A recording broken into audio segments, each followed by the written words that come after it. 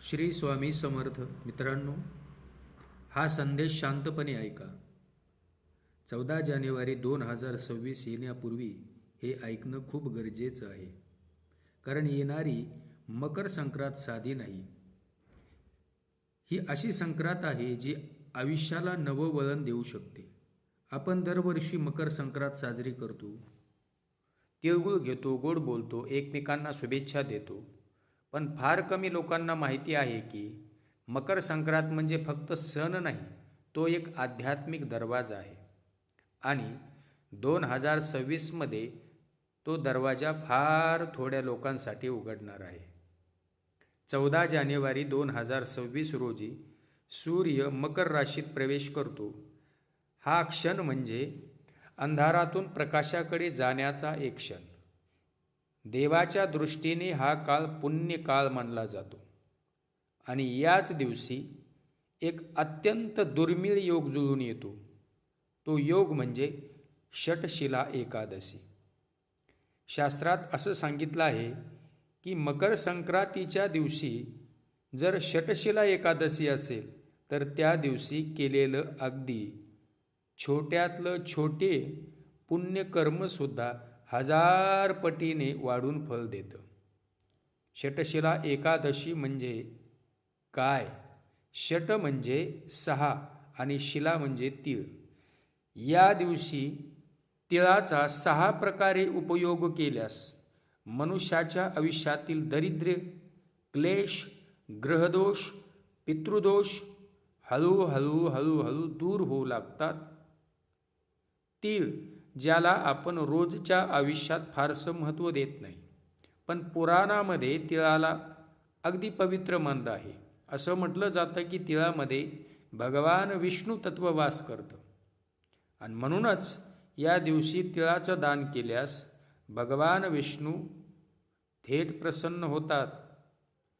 पुराणामध्ये एक कथा सांगितली जाते. एक राजा होता. तो फार धर्मप्रिय होता, धर्मनिष्ठ होता, पण त्याच्या मनात अहंकार होता. तो म्हणायचा, मी राजा आहे, मी दान धर्म करतो, मला वेगळ्या व्रताची काय गरज आहे. एकदा काय झालं, नारद मुनी त्याच्याकडे आले. त्यांनी राजाला षटशिला एकादशीचं महात्म्य सांगितलं, पण राजाने दुर्लक्षित केलं. थोडा काळ गेला, राजाचा मृत्यू झाला. त्यानंतर त्याला आपल्या कर्माचा सामना करावा लागला. तेव्हा त्याला कळलं की जर आपण आयुष्यात एकदा जरी श्रद्धेने षटशिला एकादशी केली असती तर इतकं दुःख भोगावलं लागलं नसतं. पुढील जन्मात त्याने ही एकादशी मनापासून केली, तिळाचं दान केलं, विष्णूचं स्मरण केलं आणि त्या जन्मात त्याचं आयुष्य बदलून गेलं. शेवटी त्याला मोक्षप्राप्ती झाली. म्हणून मित्रांनो, 14 जानेवारी 2026 हा दिवस असाच आहे. या दिवशी सूर्य उत्तरायणात पूर्ण शक्तीने कार्यरत असतो. विष्णू तत्व जागृत असतं. तुमचे विचार, तुमची भावना, तुमचं कर्म सगळ्यांची नोंद घेतली जाते. म्हणूनच असं म्हटलं जातं, या दिवशी राग केला तर तो वाढतो आणि श्रद्धेने प्रार्थना केली तर देव स्वतः मार्ग दाखवतो. याच दिवशी सकाळी लवकर उठून शक्य असेल तर तीळ मिसळलेल्या पाण्याने स्नान करा. सूर्याला अर्घ्य द्या. मनात कोणताही दिखावा न ठेवता फक्त एकच भावना ठेवा, देव माझ्याकडून चुकलं असेल तर मला माफ कर. आणि तिळगुळ दान करा. काळे तीळ गरजू व्यक्तींना द्या. गाईला तिळगुळ खाऊ घाला. तुळशीजवळ दिवा लावा आणि श्री विष्णूचं स्मरण करा. मोठी पूजा नसली तरी चालेल, मोठं दान नसलं तरी चालेल. मनात फक्त कपट नको. खोटं बोलणं टाळा. कोणाचीही निंदा करू नका. कारण या दिवशी तुमचा प्रत्येक विचार पुण्य किंवा पापात रूपांतरित होतो.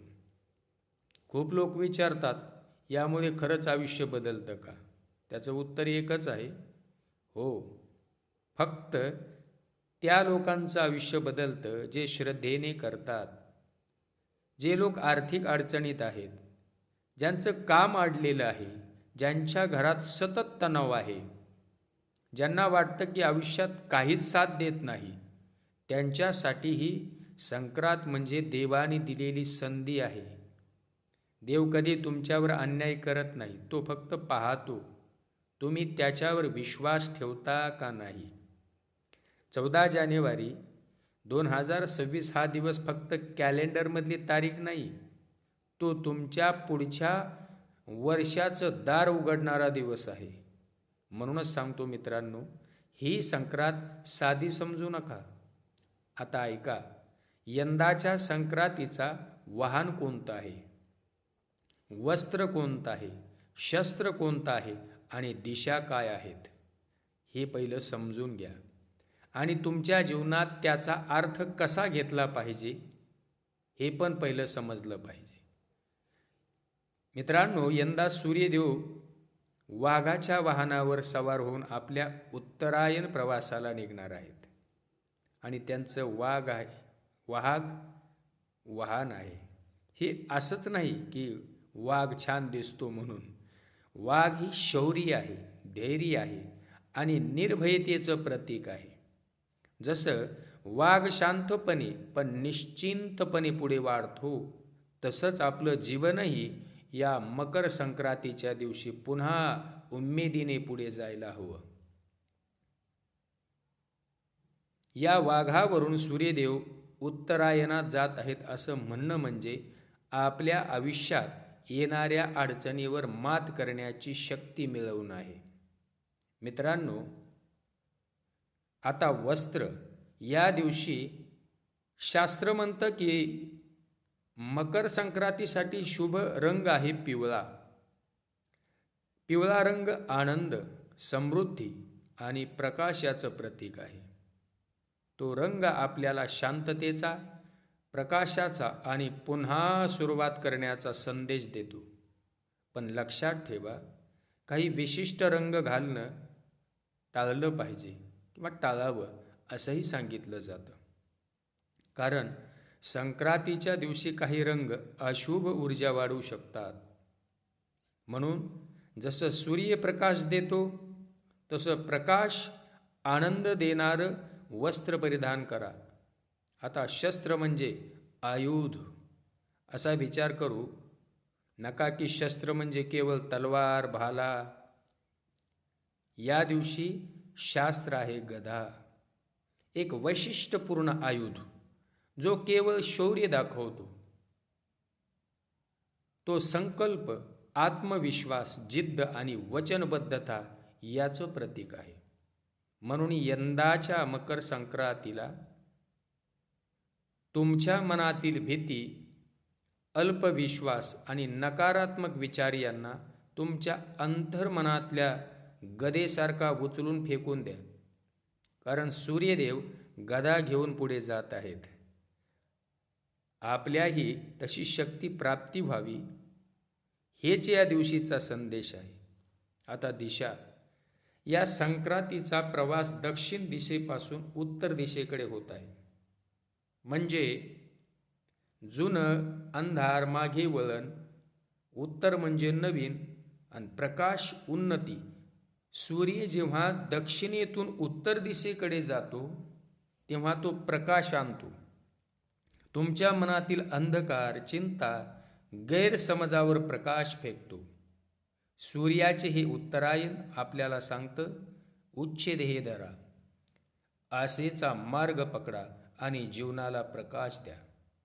मित्रांनो, या वर्षीची मकर संक्रांत आणि संक्रांतीला षटतिला एकादशी देखील जोडली आहे. त्यामुळे या दिवशी केलेलं पुण्यकर्म दुप्पट फळ देतं.